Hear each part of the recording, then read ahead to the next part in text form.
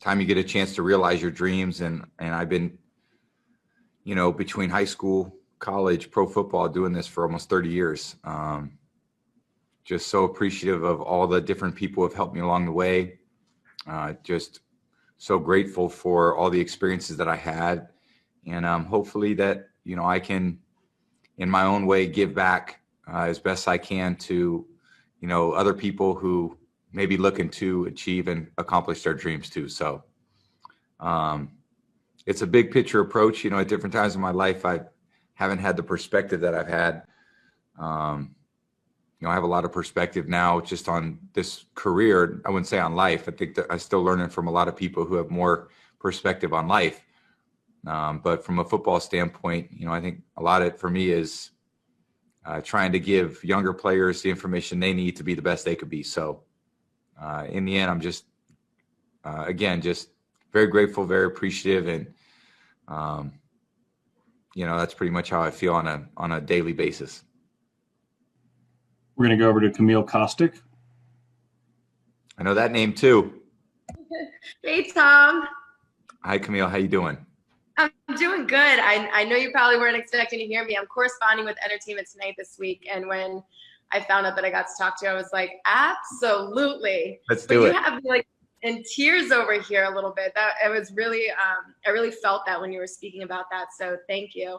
And I want to switch gears a little bit because I feel like of all people in Rob's life, you and I spend probably some of the most time with him. So I know at home, Rob, and I know that you know football locker room, Rob. So please tell me, I saw a little bit of impersonation that you've done earlier before, and I got a kick out of it because you did pretty good, I have to say, because I like to mimic rap a lot. So can you tell me, give me like an insider edition of what it's like? I know you guys are super adamant about your treatments as much as recovery and training. So what's feel good, got a couple of TV12 workouts in, locker room, gearing up for Super Bowl, Rob? Oh, man. You know what? He's super excited because he feels so good. He's played 20 games this year, so it's the most I think he's ever played in his career. So, he's one of the most unique people, as just being around him.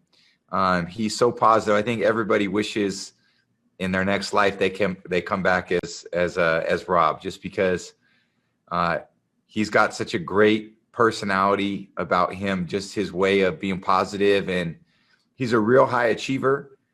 He's very competitive, and I see the competitive nature, the determination. Like if you're, when you're down and out, you want him with you. And I think that speaks to him as a teammate, as a person. And I love playing with him. I've known him for a long time, and I'm just so proud of all his accomplishments. He's an amazing guy. And, I know for both of us, we rely on each other a lot for different things. And, I'll be looking for him this Sunday. So that's the most important thing. We're going to go over to Play 60 kid, Amia Brannon. Hey, Tom. I'm Amaya. How are you? Hi, Amaya.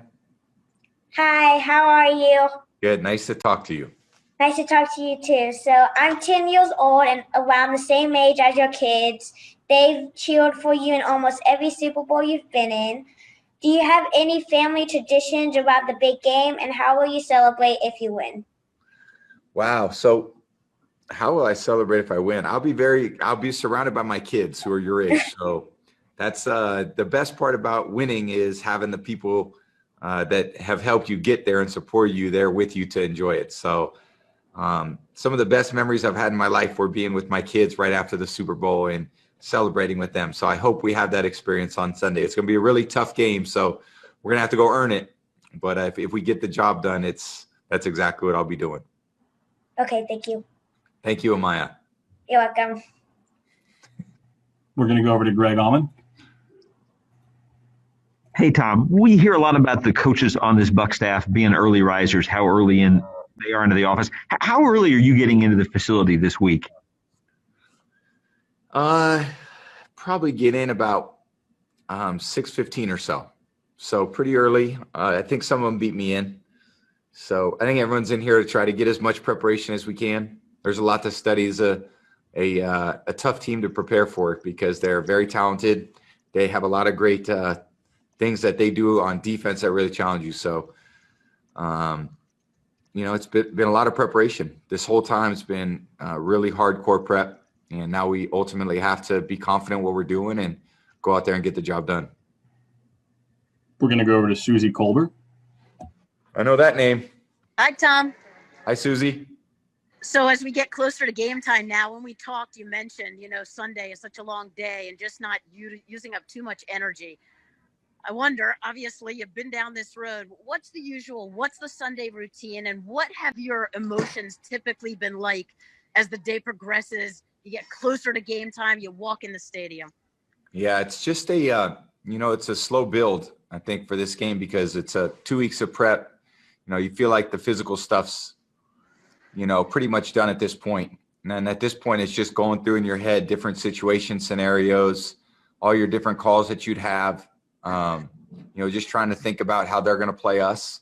And then, again, I think that's where the mental prep, you really can't leave any stone unturned at this point. So we've got Friday, Saturday, Sunday, just over 3 days left in the season. So 72 hours plus, and you got to use it all and use it to the maximum, because this is a game that's really going to challenge us. This team is a very tough team to beat. They haven't been beaten in a long time. Got a great offense, got a great defense, really well coached, very good on special teams. So just try to chill on Sunday, get your body, mentally, physically be in a good place to go out there and compete and get ready for a great game. So it's a long game. It's a hard game. It's a long day, but you got to be ready when the ball's kicked off, and we're going to be challenged. They're going to challenge us, and we got to go answer the challenge. All right, we're going to go over to Nora Princiati with the Ringer. Yeah, hey, Tom.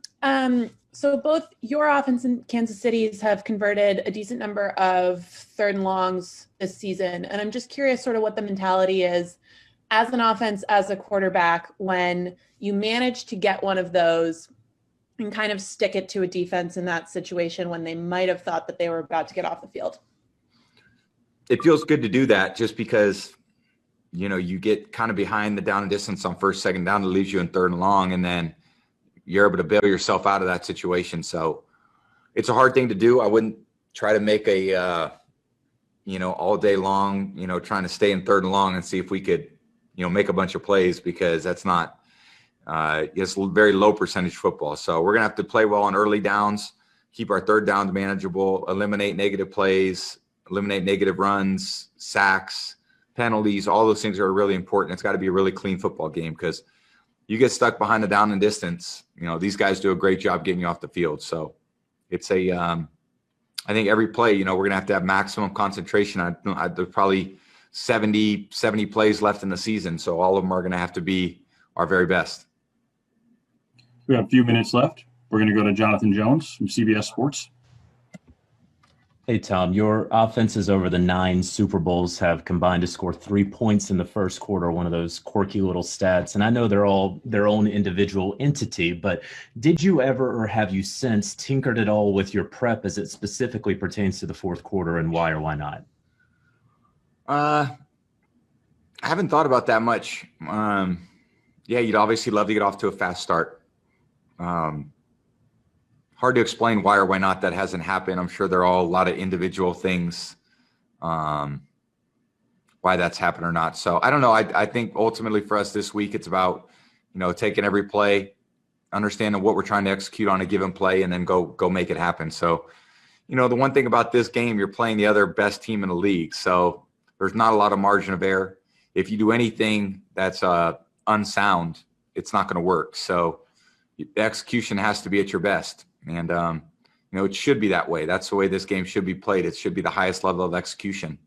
And because it's the most time to prepare, concentration, focus. You got to lay it on the line and try to make the plays when we got them to, when they're there to be made, we got to make them. We're going to go over to John Crick from the Toronto Sun. Hey, Tom. 4 years ago this week, I asked you how the 39-year-old Tom Brady would fare against the 22-year-old Tom Brady in the combine, agility, and speed drills, and you said you'd crush it. Yeah. How 43-year-old Tom Brady fare against not just the 22-year-old, but the 39-year-old? Wow. Probably similar to when I was 39. I'd say pretty similar. I think throwing the ball, agility wise.